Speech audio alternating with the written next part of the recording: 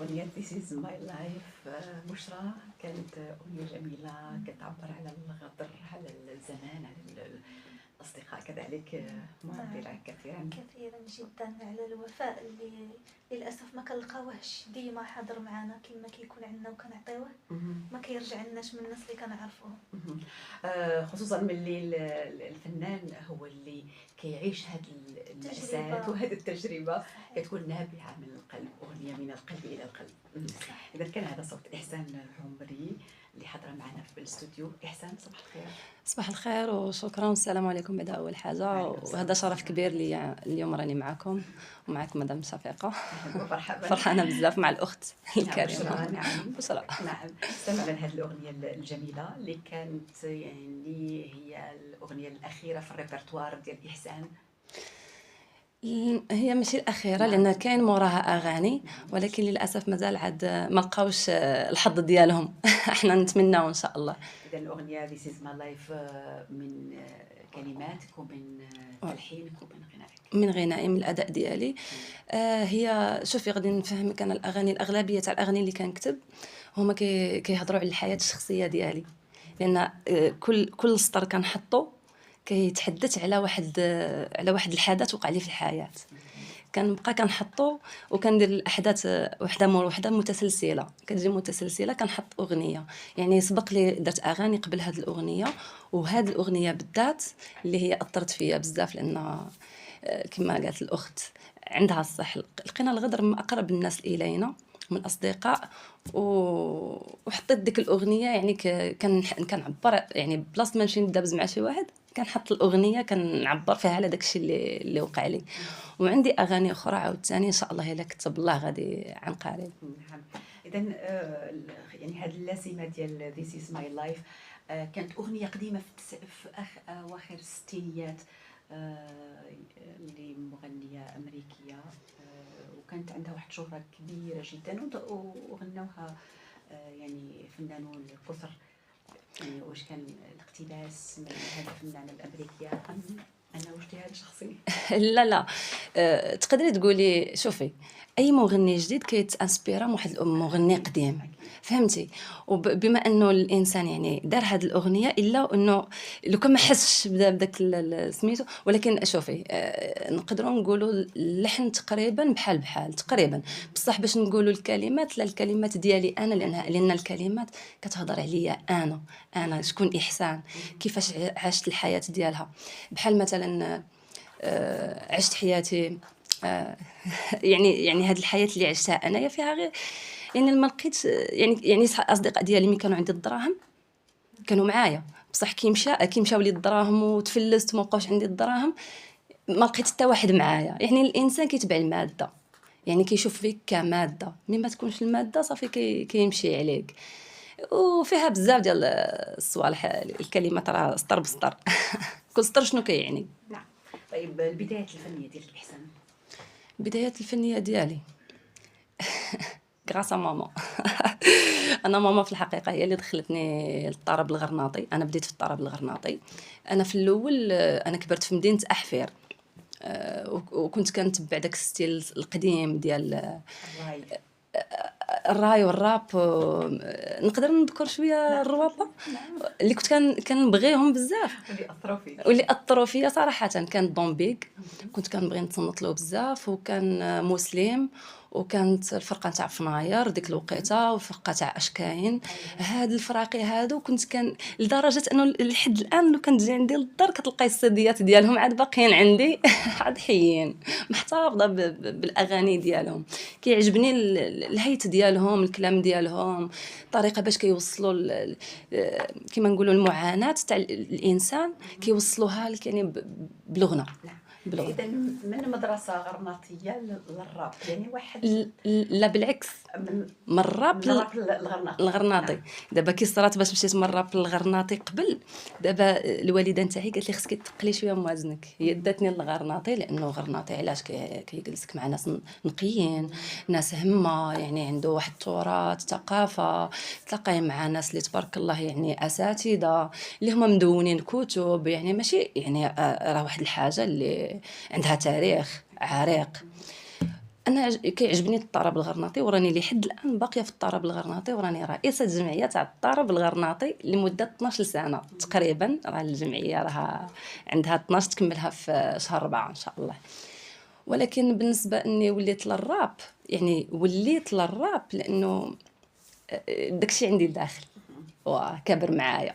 فانا قلت علاش لا، دابا الغرناطي راه حاجه اللي هي تراثيه، غنحافظوا على التراث ديالنا وندير واحد الحاجه اللي تمشى مع الموجه. لان الشباب اليوم الاغلبيه الا لاحظتي المغرب الإيقاع تبارك الخفيف. والمغرب تبارك الله كامل عنده شباب وشابات اللي هما يعني صراحه عطاو في الدومين تاع الراب. يعني الراب راه فات الدول الاجنبيه الى سمعتي لهم نعم. وداكشي. يعني اغاني ولات عالميه، مغاربه اللي كيغنيو الراب ولات الاغاني ديالهم عالميه. بيان سور. وما نكذبش انا كان عليك، يعني يعني من روابا جداد كاينين روابا جداد اللي انا كنت انسبيرا منهم. كاينين الدراري ولاد كازا ولاد فاس، يعني كيعجبوني كنسمع لهم، كيعجبني ماشي ستيل ديالهم ولكن الكلمات كنبغي نعرف المعاناه تاع داك الشخص. راه ما جا حط ديك الاغنيه الا وراه يعني قاستو، فهمتي، كيعاود لك الواقع المعاش ديالو ولا ديال شي شخص هكذايا وصافي. كيفاش قدرتي توازني احسان ان الايقاع ديال الراب ايقاع خفيف والالات الموسيقيه ديالها صاخبه، في حين ان الايقاع ديال الغرناطي خاطر كما يقولوا الايقاعات ديالو موزونه ويعني وثقيله، وحتى في الاداء كذلك. يعني كاين واحد التناقض بين الراب، اغنيه الراب واغنيه الغرناطي. كيفاش قدرت نوازن؟ اني قلت لك الاحساس. دوك انايا ديجا يعني كانت كاينه واحد الحاجه قبل، كانت كاينه فيا. يعني فاش توجهت للطرب الغرناطي لان ماما هي اللي قالت لي روحي للطرب الغرناطي، درت لها خاطرها، ولكن عجبني صراحه، عجبني الطرب الغرناطي. ولحد الان انا كنقول لهم انا بنت الطرب الغرناطي، وحتى طرب الاله حتى الملحون يعني. ولكن هذيك النغزه اللي كتكون فيك من الصغر ديال واحد الاغنيه واحد الموسيقى اللي هي دارتك، يعني غادي مع المده غادي تكبر، غادي تخرجيها للوجود، علاش لا. نعم. بالنسبه للراي، الراي، شي اغاني ديال الراي؟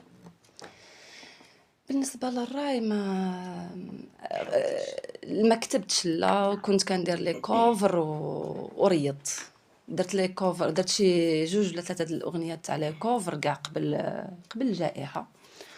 وكنت درت واحد اليوم مع واحد الصديقه نتاعي سميتها سهام، من هنا نقول لها مرحبا بك يا عزيزتي سهام عزاوي، هي اللي دات معايا. درنا كوفر ودرناه ديو انا وياها. وخدمت واحد الاغنيه اللي هي راي راب مع واحد المغني اللي هو حتى هو ما معروفش، ولكن هو ما عطاتوش الحياه فرصه، ولكن كاين كيكتب وكان كيلحن. وخدمت انا وياه اغنيه في 2018 2019 راي راب. وصافي هادو هما اللي خدمت في الراي راب. يعني كنت ندير لي كوفر، وهاد الاغنيه الوحيده اللي ديال هاد المغني هذا.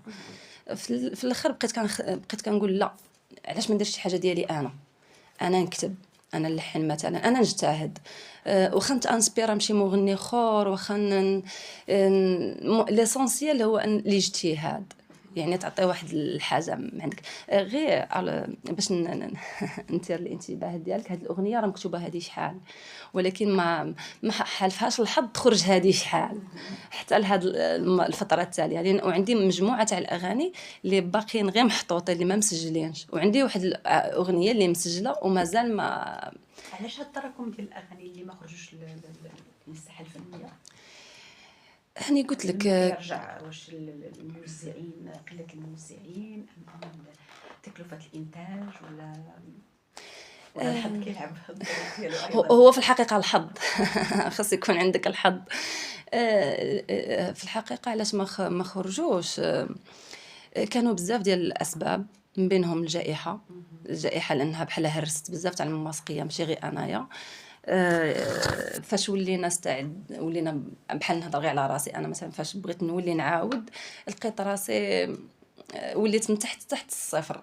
يعني بحال اغنيه مع اغنيه حتى لي استوديو اللي كنت كنسجل فيهم تبدلوا الموقع ديالهم، فهمتي. باش غتمشي عند واحد مول استوديو مثلا اللي مازال ما كتعرفيهش ولا باغيه عاد تعاملي معاه اول مره، سا ديبون على حساب شحال هو غادي يطلب لك باش تخلصي سا ديبون على فهمتي يعني كتكون مسائل ماديه وغير باش نشير لك الانتباه يعني انا الاغلبيه كلشي انا كنمولو كلشي من عندي ولكن مؤخرا تلاقيت مع واحد ليديتور اللي هو وقف معايا بعدا في هذه الاغنيه هذه اللي نقدر نذكر السميه ديالو سي بومدين بوعلام هو راه عنده داك الديسكوفون هنا في وجده راه معروف وهو وقف معايا في هذه الاغنيه هذه وان شاء الله ما نكرهش يولي يوقف معايا في اغاني اخرى ان شاء الله.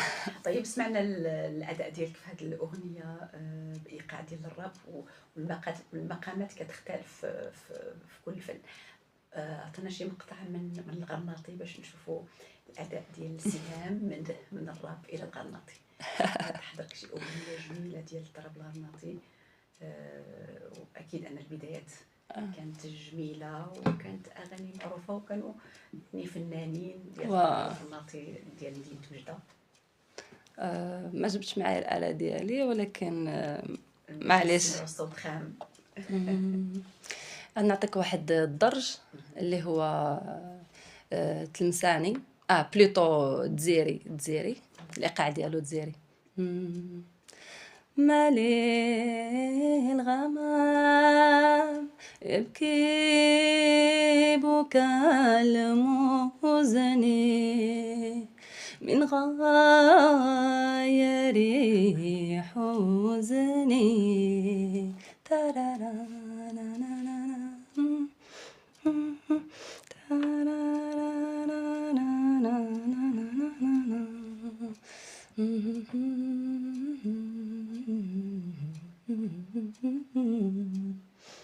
مالي الغمام يبكي بكاء المحزن من غير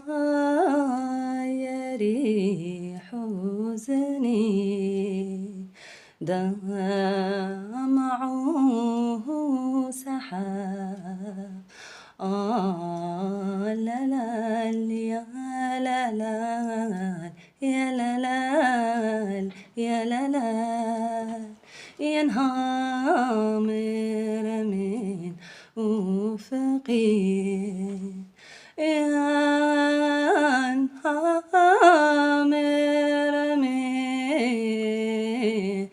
من أفقي ترى التي لا لا.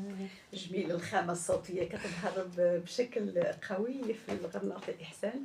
جميل. في حين أنه ضاع صوت ديالك في أغنية الراب ما عرفتش ربما الآلات الموسيقية كتكون الصوت ديالها يعلو فوق صوت الفنان في حين أن الإيقاع لهذا الإيقاع ديال الغرناطي كيكون الصوت ديال الفنان واضح ويعلو فوق الآلات الموسيقية. جميل جدا. بالنسبة للريبرتوار ديالك إحسان مجموعة بشحال عندك أغنية لحد الآن من رصيد الفن ديالك اللي انا كاتبه؟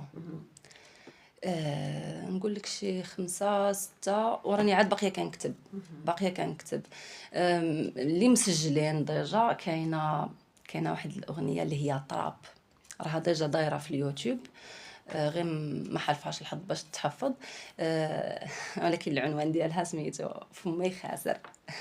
انا اختاريت هاد الجمله هذه باش تاتيري نامبورط كي اللي باش يدخل. غير بالنسبه لهاد الاغنيه هاد الطراب هذا ما فيهش الرفران. انا اختاريت ما يكونش فيه الرفران يعني كل مورسو كيحكي قصه ولكن كل قصه راها متسلسله بالقصه اللي قبلها. فيها 4 ديال لي مورسو. هذا فمي خاسر وهو شويه الا سمعتيه غادي تبان لك عاوتاني واحد الاختلاف في الخامه الصوتيه. المضمون ديال حتى هي كتحكي الحياه ديالي انايا. يعني يمكن انا فمي خاسر بصح والله قلبي زين وكان اللي ما يعرفش يتفاسر وما عنده قلب حنين بلسانهم شحال هديتو فيا والدمعه طاحت من العين من برا تبانوا ملائكه وصفتكم ابليس لاعين. والديا بغاو لي الخير وربوني احسن تربيه علموني نحترم الكبير والصغير نديرو في عينيا. مجتمع ماضي حقير وجاي اليوم يعاتب فيا خلقتوا لي مشكل كبير ودرتوا لي ازمه قلبيه. هادو واحد المورسو من القطعه يعني كنحكي فيه واحد المعاناه ديالي يعني كيفاش الناس كتشوف فيا بواحد النظره ولكن اللي بغيت نقول ما نحكموش على الانسان بالمظهر لان ديما المظهر ما كيعكسش الداخل تاع الانسان. الداخل كيكون مختلف قليل فاش كتلقى الانسان اللي كيداخل ديالو يعني اما يكون مزيان من برا ومن الداخل، ولا كيكون العكس. هذا هو المضمون تاع هاد الاغنيه هذه. وكاين واحد الاغنيه درتها في ايامات كورونا، هذه درتها غير ضحك. هي في النوع الموسيقي ديالها واي واي ريغيتون. هذه درتها على كورونا، غنيت على كورونا، على الجائحه ديك الساعه كلشي كان يغني على كورونا. كنقول لهم قلت نتزوج هذا العام جا كوفيد قلب العالم. حيت ديك الساعه كنت مازال ما مزوجاش. هذه الاغنيه حتى هي راها دايره في اليوتيوب. شنو الاغنيه؟ خدمت لي ديو بزاف، لي ديو اللي كنت خدمتهم مع هذا السي عبد الله، هو معروف بعبد الله الفيلالي، هو اللي خدمت معاه لي ديو بزاف. بقيت عاقله على الكنيه ديالو. الوغ وبالنسبه للاغاني اللي راهم جداد كاينه، نخليوها سسبانس، خليوها سسبانس. لقاء اخر ان شاء الله. طيب كلمه اخيره احسان باش نختموا بهذا اللقاء. كلمه اخيره ورساله للشباب اللي بحالك اللي باغيين يديروا شي حاجه اللي كتعجبهم، اللي ماشي فقط يديروها من اجل يديروها وصافي، شي حاجه كتعجبهم، شي حاجه كتحيي الشغف ديالهم. باش تنصحيهم؟ باش ننصح الشباب، الموسيقى زوينه صراحه، اللي كيعرف كيفاش يوظفها، يعني ما يمشيش لذاك لان كاين بالنسبه للراب، انا بعدا شخصيا انا الراب يعجبني، كاين واحد النوع تاع الراب اللي ما كيعجبنيش، يعني داكشي كيكون اختياري. انا كنصح الشباب اللي باغيين يبانوا في التلفازه ويمشيو للشهره العالميه، يمشيو بكلمات نقيه احسن من اللي يمشيو بكلمات اللي هي نابيه، ولا شي كلمات اللي تحشمين كتصنتي لهم مع الوالدين ديالك، ولا فهمتي بعد حتى الا قلتي يا راب نقي تقدر تصنتي له حتى مع الوليدات ديالك، بعد على الاقل الولاد ديالك يفتخروا بك، يقولوا الوالد ديالنا ولا الوالده تاعنا كانوا دي رابور ولا دي رابوز وداروا الراب، ولكن داروه نقي وهادف وكيربي، يعني كيربي، ماشي واحد الراب اللي هو كيحرض. انا ضد هاد المسائل هذه. وبالنسبه للموسيقى ديال التراث كما كانت، سواء الطرب الغرناطي، الطرب الاله، ولا اي تراث كما كان، كنصح الاباء يوجهوا وليداتهم المعاهد الموسيقيه. راه كاين هنا معهد موسيقي هنايا تاع الرقص، الموسيقى والرقص في لاج طوبه. ماشي ضروري انه يولي مغني، ولكن باش يدي فوله، باش يخرج ديك الطاقه اللي عنده لداخل ما قادش يخرجها. كاين اللي ما تقدرش تكتشف الابن ديالك لو كان ما تشوفوش تديه يدير تجربه. راه كاين بحال انايا لو كان ما وجهتنيش الام ديالي في الاول كان بقيت هكاك، ولكن الحمد لله فجرنا ديك الطاقه، فهمتي. وما كرهتش يعني نشوفوا الفن في المنطقه الشرقيه يكون عالي كتر كتر كتر، وما كرهناش حتى حنايا نطلعوا في ماشي غير في المنطقه الشرقيه، نمشيو في لو تور دو ماروك ولا في لو تور دو موند ان شاء الله. وشكرا جزيلا للاخت شفيقه والاخت بشرى احسان عفوا احسان. وشكرا بزاف للطاقم الاذاعه. نقدر نشكر شي ناس، بغيت نشكر بالاخص عمي بسيسو، سي عبد اللطيف خلاد، اللي زعما كان صراحه اللي هو هو عضو في المكتب المغربي للحقوق المؤلفين وحقوق المجاوره، ووقف معايا ولي حد الان باقي كيدعمني يعني نفسيا، لاني انا واحد الوقيته كنت ريكوليت صراحه، هو كيقول لي لا، وانا كنت انسبيره من الاناشيد ديالو والاغاني ديالو كيعجبوني و الوكازيون راني اطار تربوي تاع الاطفال، كنخرج المخيمات الصيفيه. وبغيت نشكر كذلك سي بوعلام بومدين ديسكوفون، بغيت نشكر كاع الاخوان